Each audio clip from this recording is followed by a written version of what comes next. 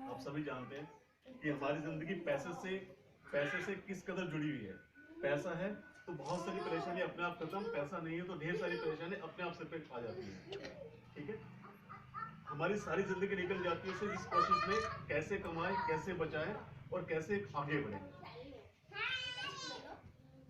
हम सभी कोशिश करते हैं कुछ ना कुछ बचत करें। हम ये भी देखते हैं कि यार काम बहुत कर रहे हैं, पैसा बहुत आ रहा है, लेकिन महीना चला जा रहा है तो कुछ भी नहीं, सब गायब हो गया, कहाँ गया पैसा। होता है आपके साथ ऐसा, है ना?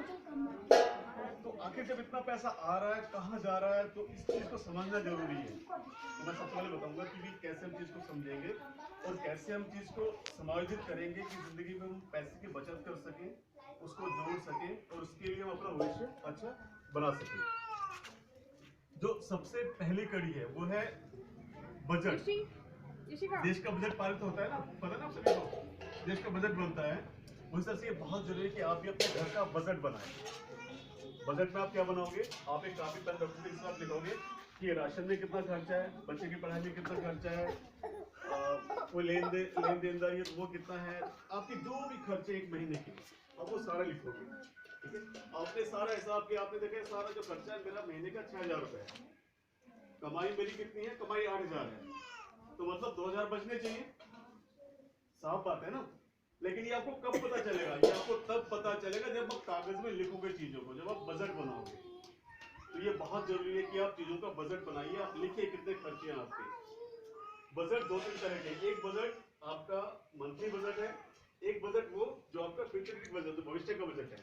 जैसे आज मेरी एक बेटी हुई है, मुझे पता है 5 साल बाद मुझे इसको स्कूल में डालना है, 12 साल 13 साल में वो कॉलेज में जाएगी, जब 20-22 साल की स्कूल में शादी भी करवानी है ना? तो ये कुछ खर्चे हैं जो हमें पता है कि ये होना है।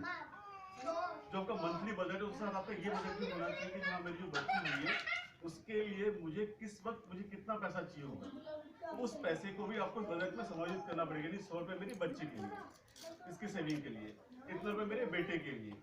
ये प्रॉपर प्लानिंग अगर आप मंथली वाइज करके रखोगे तो ही आपकी जिंदगी बहुत सहज बनेगी, अच्छी बनेगी और जिंदगी में आप 2 पैसा इकट्ठा कर पाओगे, जो बहुत जरूरी है। ठीक है, अब पहली बात ये क्लियर हो कि आपको बजट बनाना है। बजट का पहला है कि आपको मंथली बजट देखना है कि मंथली आपका कितना खर्चा है, राशन का खर्चा, गाड़ी का खर्चा, आना जाना, मेहमानदारी, सारा खर्चा, आपकी कमाई कितनी है, बचत कितनी है, ये आप लिख के करना बहुत जरूरी है। आप लिख के करोगे आप थोड़ी समझ पाओगे वास्तव में वो कह रहा है। उसके बाद सारा आपने सारा बजट बना, सब आपने देख लिया कि हम मंथली में 2,000 1,000 या 5,000 रुपए में बचा सकती है। ठीक है, साफ है ये बात। अब हर महीने आपको वो पैसा बचाना है और उसके लिए आपको टारगेट सेट करना है। टारगेट जब तक लक्ष्य ना हो तब तक क्या होगा, कुछ भी नहीं होगा।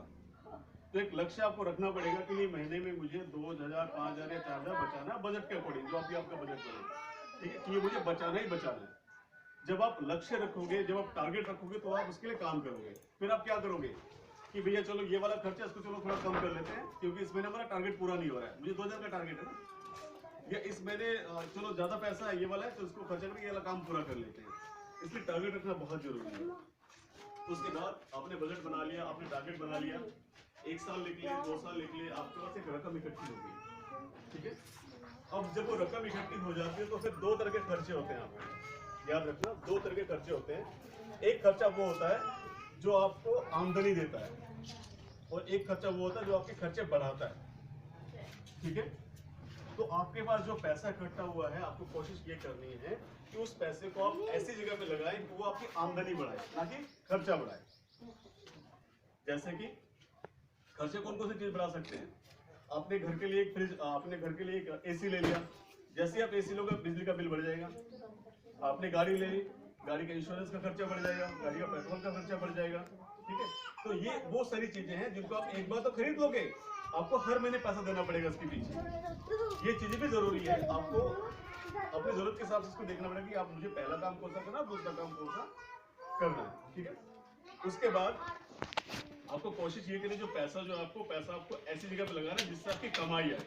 कमाई कहाँ से आएगी भाई, हम इस पैसे को ऐसी जगह पे लगाएं जहाँ से भी या तो ब्याज मिले या हम कोई ऐसी प्रॉपर्टी खरीदे, कोई ऐसा सामान खरीदे जिससे हमें कमाई आए। जैसे मैंने एक टुक टुक खरीद लिया, उसको किराए पे लगा दिया, पैसा लगा एक बार, हर महीने कमाई आनी चालू हो गई।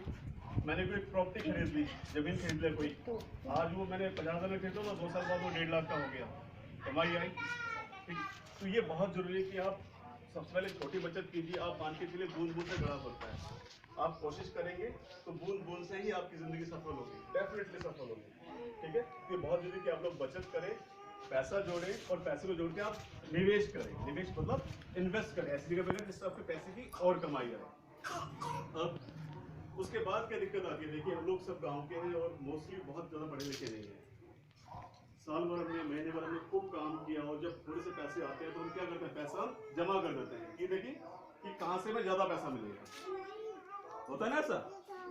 बहुत से लोग बैंक नहीं जाते हैं कि भाई बैंक जाने में दिक्कत, जमा करने में दिक्कत, हर जगह में परेशानी। तो लोग क्या करते हैं कि यार घर में कोई एजेंट आता है, वो खाता खोल के चला जाता, तो वही पैसे लेके चला जाता है। आप सभी को पता है कि कितने लोगों की गाड़ी कमाई, खून पसीने की कमाई केस लेके डूब गया, पता है ना सभी को? सोचो मतलब कितनी तकलीफ वाली बात है कि वो गोम कुटी से, को धान कुटी से शिप रोड पर केस डाली सा सब खत्म हो गया। तो ये बहुत जरूरी है कि आपका जो पैसा है, जो आपने खून पसीने से कमाया, उसको आप सही जगह पे लगाएं। आपको पता कैसे चलेगा सही जगह कौन सी, गलत जगह कौन सी है? कुछ आइडिया है? कैसे पता करोगे कि भाई ये सही है, ये गलत है? सबसे पहली बात एक चीज याद रखना, इस दुनिया में ऐसा कोई बिजनेसमैन नहीं है जो खुद का पैसा लुटाएगा। बहुत क्लियर बात है भी ऐसा? नोबडी।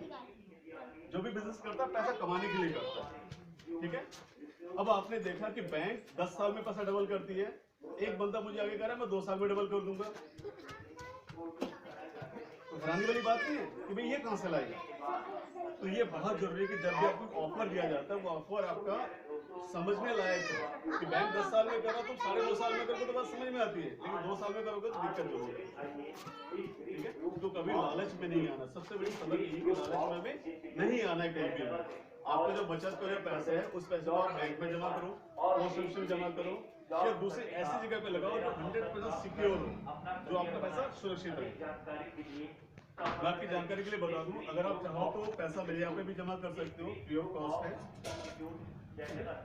अब इसमें एक तो बचत खाता है, दूसरा होता है इंश्योरेंस। आप लोग जानते हो बचत खाता इंश्योरेंस में फर्क क्या होता है? कुछ आइडिया?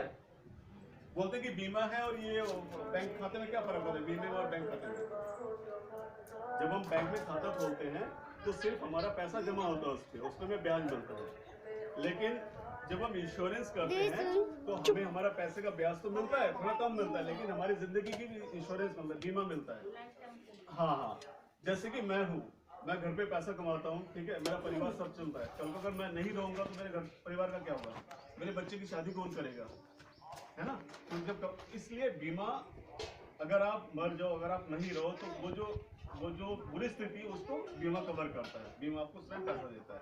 तो ये आपको सोचना है कि आपको बीमा करवाना है, इसको बचत खाते में डालना है, बट ये श्योर है कि आपको बजट बनाना है, आपको मंथली टारगेट सेट करना है, मुझे कितना पैसा बचत करना है, हम सभी को करना है ऑनेस्टली।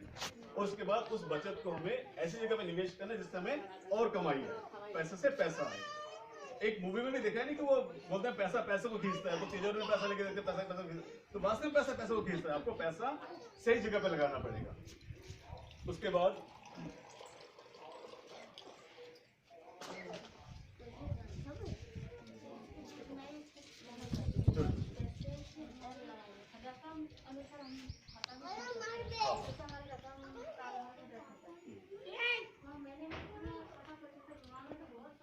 वो डिस्कस करेंगे, आप डिस्कस करेंगे वो। मैं देखो, मैं ऑनेस्टली कर रहा हूँ, मैं मदद करना चाहता हूँ, सभी की मदद करना चाहता हूँ। मैं वास्तव में चाहता हूँ कि हम सब आगे बढ़ें।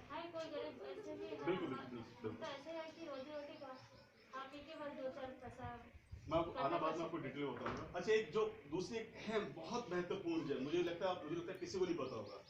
मैं मानता हूँ कि आप में से बहुत से लोग ऐसे होंगे जिनके बैंक खाते में 20,000, 50,000, लाख रुपए पड़ा होगा।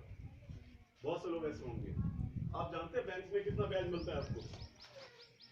सिर्फ 3 रुपए के आसपास। 3 रुपए साल में, महीने में नहीं। आपको कुछ नहीं करना, आपको सिर्फ बैंक में जाना, आपको बोलना है कि मेरा जो पैसा बचत खाते में पड़ा है उसको आप एफडी में डाल दो। किसमें डाल दो? एफडी में। कुछ भी नहीं करना आपको क्या बोलना है कि मेरा जो पैसा बचत खाते में पड़ा है उसको आप बचत खाते से निकाल के 1 साल के लिए एफडी में डाल दो। जो आपको 3 रुपए मिल रहा है तो 7 रुपए का मिलेगा ब्याज आपको। समझो कितना बड़ा फर्क है। भाई जो आपको 3 रुपए मिल रहा है तो वो 7 रुपए में मिलेगा। आपको पता भी ये पैसा है, मेरे पास 1 लाख पड़ा, 2 लाख पड़ा, मुझे 1 साल के लिए चाहिए। आप बैंक में गए कि जी मेरा 1 लाख जो है 2 लाख जो है आप एफडी में डाल दीजिए, तो जो आपको 3 रुपए ब्याज मिल रहा था आप 7 रुपए मिला करेगा। तो ये काम आप सीधे सीधे कर सकते हो। बाकी आपको कैसी मदद चाहिए, एफडी आप मेरे यहाँ पे भी करा सकते हो, बैंक में भी करा सकते हो, कहीं से कहीं तक कोई इशू नहीं है। तो आज की सारी बात को मैं संक्षेप में फिर से मैं समराइज करूंगा कि सबसे पहले आपको बजट बनाना है। बजट बना के आपको टारगेट सेट करना है कि आपको कितना बचत करना है। उसके बाद अगर आपको बैंक खाता है तो बैंक खाते में आपको जमा करना है, पैसा डिपॉजिट करना है या निकालना है, आप मेरे यहाँ से भी कर सकते हो। अगर आपको बैंक नहीं जाना है तो आप मेरे यहाँ से पैसा निकाल भी सकते हो, जमा भी कर सकते हो। उसके बाद मैंने आपको बताया इंश्योरेंस के बारे में या बैंक खाते के बारे में, 2 ऑप्शन मेरे यहाँ पे आप यहाँ भी करवा सकते हो। ठीक है, तो